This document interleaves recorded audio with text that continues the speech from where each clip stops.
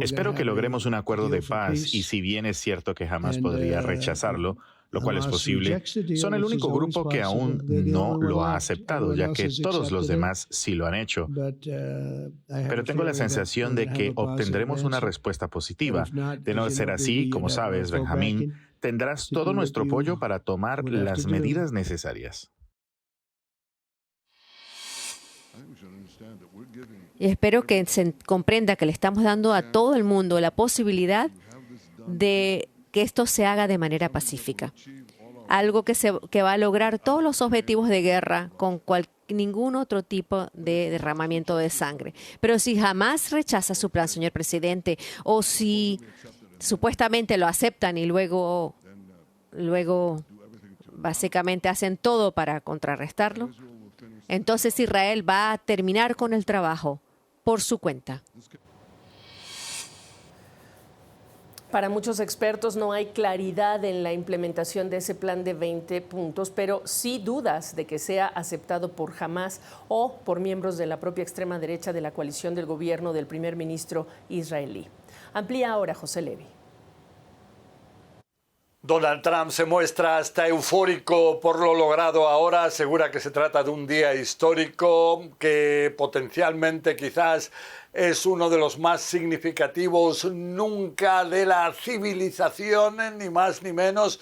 Y todo esto cuando el primer ministro israelí, Benjamin Netanyahu, dio su visto bueno a este plan de, al final, 20 apartados distintos presentado por el presidente de los Estados Unidos, quien, hay que decir, él presidirá, según él mismo aseguró, el Consejo de Paz, que será el encargado de supervisar las acciones en el interior de Gaza de cara primero a una desradicalización y posteriormente a una reconstrucción de esta franja de tierra.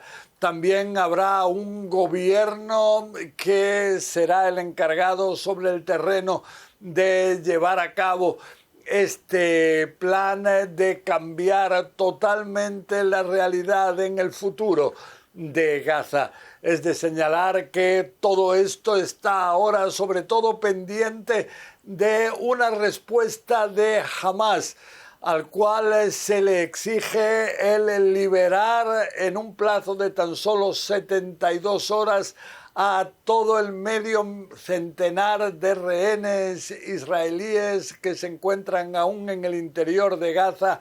Una veintena de ellos se piensa que aún con vida.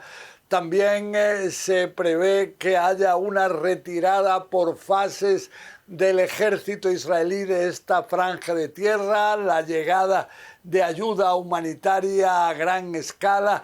También hay un plan de desmilitarización de Hamás que dejaría de estar presente como fuerza militar y el lugar sería ocupado por fuerzas internacionales de pacificación de países árabes, de países musulmanes.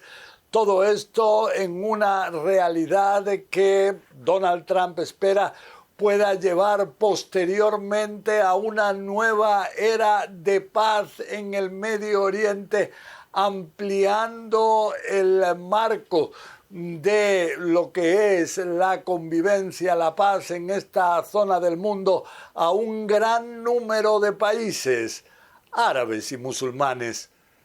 José Levi, CNN, Jerusalén. El tema de los planes para la paz en Gaza, el reconocimiento de un Estado palestino y los reclamos a Israel por el operativo militar en el enclave fueron centrales en la recién concluida Asamblea General de las Naciones Unidas, la número 80, en la que también se cuestionó la pertinencia de la organización para resolver conflictos como el de Gaza y Rusia. Ya me acompaña el embajador Enrique Berruga, ex representante permanente de México ante las Naciones Unidas.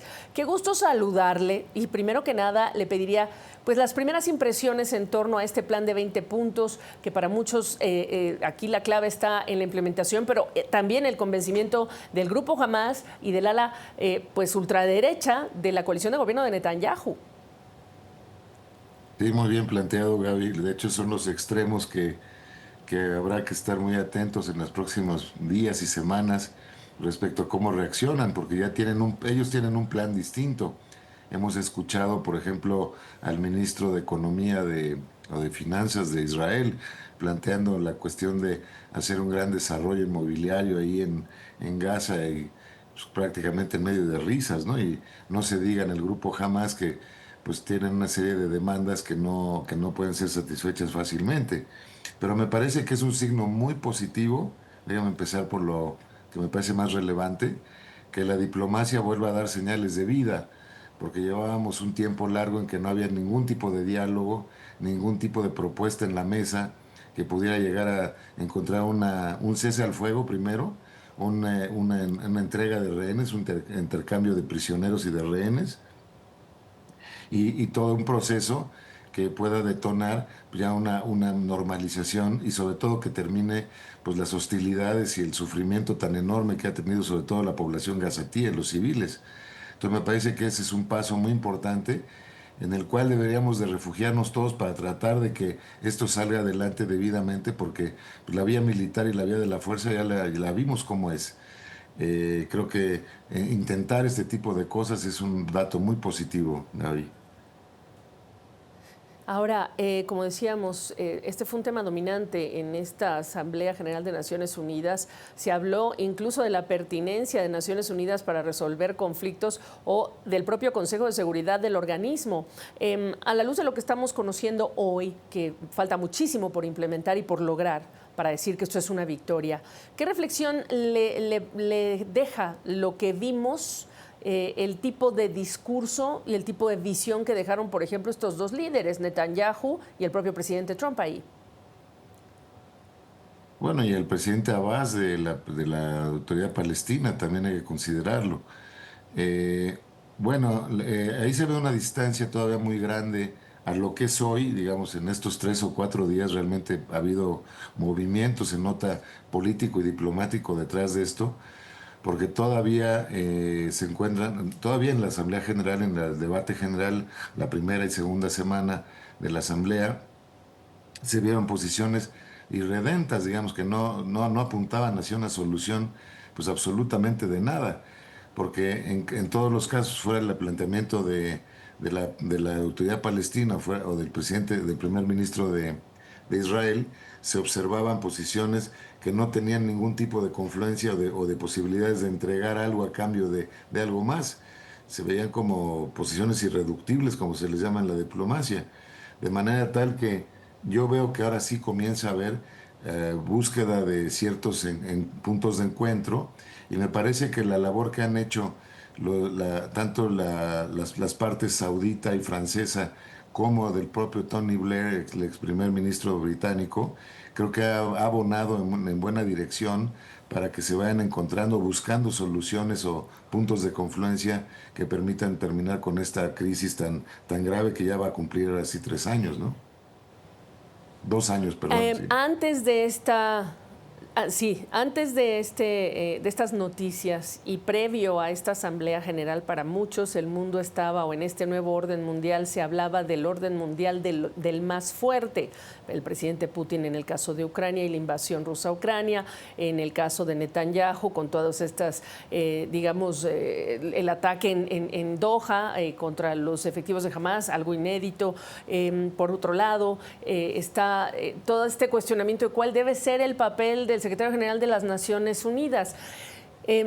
¿Cuánto cambia el mundo si antes de este episodio que lo estamos analizando hoy, esta era la manera de ver la diplomacia, el más fuerte?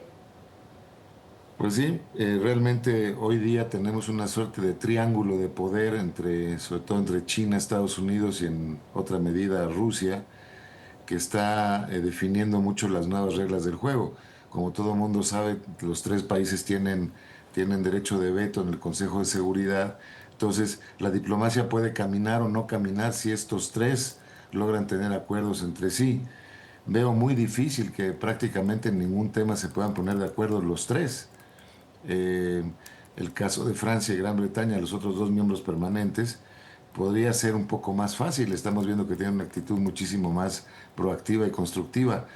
Pero si no se dan esas condiciones, realmente el Consejo de Seguridad regresa a una etapa como fue en la Guerra Fría, de parálisis automática, donde uno veta lo que el otro propone y cuando toca los intereses directos, por ejemplo en el caso de Rusia-Ucrania, pues directamente vetan, ya se sabe que van a vetar las resoluciones vengan como vengan.